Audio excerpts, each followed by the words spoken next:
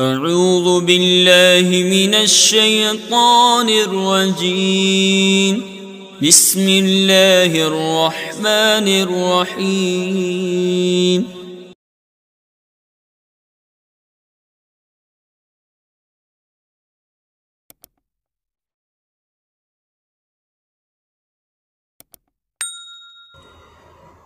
جماعت رابعہ کے بچوں سے مخاطب ہوں۔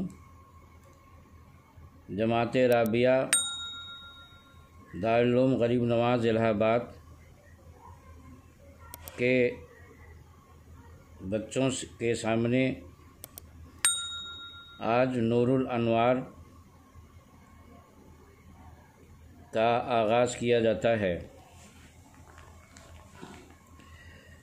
نور الانوار اصول فقہ کی ایک مشہور و معروف مستند اور معتبر کتاب ہے، اور یہ کتاب کب لکھی گئی اور کیسے لکھی گئی، کس کے التماس اور ایما پر یہ کتاب وجود میں آئی، اس کا تذکرہ خود خطبہ کے اندر مصنف نے کیا ہے، وہ تفصیل کے ساتھ آ جائے گا۔ آج ہم صاحب نور الانوار کے تعلق سے کچھ باتیں، یعنی ان کی سیرت اور سوانح، نام نسب اور پیدائش و سکونت وغیرہ کے بارے میں بیان کروں گا۔ صاحب نور الانوار کا نام احمد ہے اور والد کا نام ابو سعید ملا جیون سے مشہور ہیں۔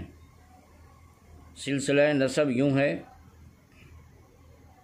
احمد ابن شیخ ابو سعید ابن عبداللہ ابن شیخ عبدالرزاق ابن شاہ مخدوم۔ آخر میں آپ کا نسب شریف سیدنا حضرت ابو بکر صدیق رضی اللہ تعالیٰ عنہ سے وابستہ ہے۔ آپ کے دادا عبداللہ کے جد امجد مخدوم خاصہ، جو شیخ صلاح الدین دہلوی کی اولاد سے ہیں، قصبہ امیٹھی کے مشہور بزرگوں میں سے تھے۔ دہلی سے منتقل ہو کر قصبہ امیٹھی میں اقامت پذیر ہو گئے تھے۔ حضرت علامہ ملا جیون رحمۃ اللہ علیہ اسی قصبہ امیٹھی میں پیدا ہوئے۔ پیدائش کا سن تقریباً 1048 ہجری ہے۔ حضرت علامہ ملا جیون رحمۃ اللہ علیہ 7 سال کی عمر شریف میں قرآن پاک حفظ کیا، پھر تحصیل علوم و فنون میں مشغول ہوئے اور پورب کے متفرق قصبات میں رہ کر فضلائے عصر سے استفادہ علوم کیا۔ درسیات میں سے اکثر کتب شیخ محمد صادق ترکی سے پڑھیں۔ آخر میں ملا لطف اللہ جہان آبادی سے سند فراغت حاصل کی۔ آپ کے تبحر علمی کے متعلق مولانا آزاد بلگرامی کے الفاظ یہ ہیں کہ تحصیل علوم سے فراغت کے بعد سند صدارت تدریس کو زینت بخشی اور اپنے وطن میں درس دیتے رہے۔ آپ نہایت سادہ وضع، غریب الطبع، منکسر المزاج، ملنسار اور رسمی تکلفات سے قطعاً بیگانہ اور قوت حافظہ میں یگانہ تھے۔ درسی کتابوں کی عبارتوں کے پورے اوراق و صفحات زبانی یاد کر لیتے تھے، اور بڑے قصیدے ایک مرتبہ سن لینے سے آپ کو یاد ہو جاتے تھے۔ 55 سال کی عمر شریف میں حرمین شریفین حاضر ہوئے، یہاں بھی ایک مدت تک اقامت کی اور ظاہری و باطنی فیوز و برکات سے مالا مال ہوئے۔ 4-5 سال کے بعد واپس ہو کر بلاد دکن میں سلطان کے ساتھ 6 سال گزارے 1112 ہجری میں پھر حرمین شریفین حاضری دی۔ 1 سال اپنے والد ماجد کی طرف سے، دوسرے سال والدہ ماجدہ کی جانب سے مناسک حج ادا کیے اور صحیحین کا درس نہایت تحقیق و اتقان کے ساتھ مراجعات کتب و شروح کے بغیر دیا۔ 1116 ہجری میں ہندوستان واپس آ کر، یعنی حرم شریف سے، اپنے وطن میں 2 سال قیام فرمایا۔ اس زمانہ میں طریقے سلوک و تصوف کی طرف زیادہ توجہ فرمائی اور حضرت شیخ یاسین ابن عبد الرزاق قادری سے خرقہ خلافت حاصل کیا، پھر اپنے احباب و مریدین کے ساتھ دہلی تشریف لائے اور درس و افادہ میں مشغول ہوئے۔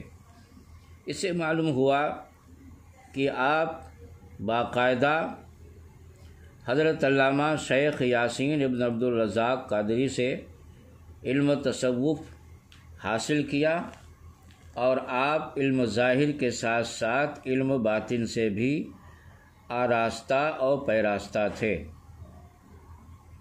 اسی لیے آپ کو عالم دین کے ساتھ ساتھ عارف باللہ بھی کہا جاتا ہے، کیونکہ آپ تصوف کے بہت بڑے ماہر کامل تھے اور آپ نے تصوف پر آداب احمدی کے نام سے ایک کتاب بھی لکھی ہے، جس میں تصوف کے بہت سارے مسائل کی آپ نے تشریح اور توضیح فرمائی ہے، جو اس بات کی دلیل ہے کہ آپ تصوف میں بھی کمال رکھتے تھے اور آپ کے مریدین کی بھی اچھی خاصی تعداد تھی۔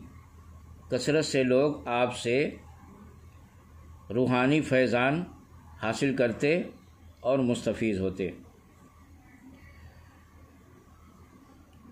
اور آپ نے 1120 ہجری میں بزبان اقبال یہ کہتے ہوئے کہ اس آباد ویرانے میں گھر آتا ہوں میں، رخصت اے بزم جہاں سوئے وطن جاتا ہوں میں، کاشانِ فردوس کو نسیمن بنایا۔ اور اس کے بعد آپ کا جنازہ دہلی سے امیٹھی لے جا کر آپ کے مدرسہ میں دفن کیا گیا، اور علمی کارناموں میں آپ نے اپنی پوری زندگی درس و تدریس اور تصنیف و تالیف میں صرف کی۔ اصول فقہ میں نور الانوار شرح منار آپ کی زندہ یادگار ہے، جس سے دنیا علم کا بچہ بچہ بخوبی واقف ہے، اور یہ لاجواب کتاب نور الانوار، ویسے تو متن منار کی بہت سی کتابیں شرح کے طور پر لکھی گئی ہیں، جن کا تذکرہ مصنف نے خطبہ میں خود کیا ہے اور بتایا کہ کچھ کتابیں جو متن منار کی شرح میں لکھی گئیں، ان میں کچھ تو ایسی ہیں جو اتنی ضخیم ہو گئی ہیں کہ آدمی ان کو مطالعہ کرنے میں اکتا جائے، اور کچھ تو اتنی مختصر ہیں جن کو سمجھنے کے لیے پھر کسی دوسری شرح کی ضرورت پڑے اور مطالب اور مقاصد تک پہنچنے میں دقت اور پریشانی لاحق ہو، اور کچھ کتابیں ایسی ہیں جن میں ایسی وضاحت کی گئی ہے جو متن سے متعلق نہیں ہے، یعنی متن کا مطلب کچھ تھا لیکن شارح نے اپنی سمجھ کے مطابق اس میں کچھ لکھ دیا۔ تو ضرورت تھی ایک ایسی شرح کی جو متوازن ہو، مناسب ہو، نہ بہت زیادہ ضخیم ہو اور نہ اتنی مختصر ہو کہ مطالب کو سمجھنے میں دقت اور پریشانی لاحق ہو۔ اس لیے مصنف جب حرم شریف میں حاضر ہوئے تو علماء حرم نے آپ کے سامنے متن منار پڑھا اور آپ سے اصرار اور التماس کیا کہ اس کی شرح آپ لکھیں۔ تو مصنف نے بغیر کسی کتاب کی مدد کے زبانی جو یاد تھا اس کو تحریر فرمایا اور اسی کا نام نور الانوار شرح منار ہے، جو ایک نہایت مناسب اور متوازن اور متوسط کتاب ہے جو ہندوستان میں تقریباً تمام مدارس میں داخل درس ہے۔ یہ کتاب آپ نے مدینہ منورہ کے قیام کے دوران صرف 2 ماہ کے اندر لکھی ہے۔ نیز ہندوستان میں سب سے پہلے احکام القرآن کے موضوع پر التفسیرات الاحمدیہ فی بیان الآیات الشرعیہ مع تالیفات المسائل الفقہیہ آپ ہی نے تالیف کی، جس میں قرآن مجید کی کم و بیش 500 آیات کی تشریح و توضیح حنفی نقطۂ نظر سے کی ہے۔ اور لطف یہ ہے یہ موصوف کی اتنی عظیم الشان کتاب موصوف کی دور طالب علمی کی تصنیف ہے، یعنی جب آپ طالب علم تھے تب اتنی زبردست کتاب آپ نے لکھی۔ جیسا کہ خاتمہ کتاب میں خود موصوف نے سال تکمیل و تصنیف بیان کرتے ہوئے کہا ہے کہ میں نے آیات شریفہ کی تفسیر امیٹھی شہر میں لکھنا شروع کی تھی۔ یہ 1064 ہجری کا واقعہ ہے جب میں حسامی پڑھتا تھا اور 16 برس کا تھا، جس سے صاف ظاہر ہے کہ آپ اس وقت طالب علم تھے اور طالب علمی کے دور میں اس عظیم الشان کتاب تفسیرات احمدیہ کی تصنیف کی، اور 1069 میں بلدِ مذکورہ میں اس سے فراغت پائی۔ اس وقت میں شرح مطالعے پڑھتا تھا اور کاروان عمر 21ویں منزل طے کر چکا تھا۔ کچھ زمانہ کے بعد 1075 ہجری میں امیٹھی کے اندر درس کے زمانے میں نظر ثانی کر کے اس کی صحت کی۔ اس وقت میں 27 سال کا تھا۔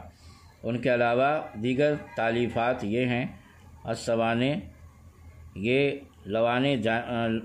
لوائے جامی کے طرز پر ہے جس کو آپ نے حجاز کے دوسرے سفر میں تصنیف کیا، اور آپ کی کتابوں میں یہ کتاب بھی ہے مناقب الاولیاء، یہ امیٹھی کے آخری زمانہ میں قیام کی تصنیف ہے، اور آداب احمدی یہ سیر و سلوک میں ہے جو آپ نے ابتدائے عمر میں لکھی تھی۔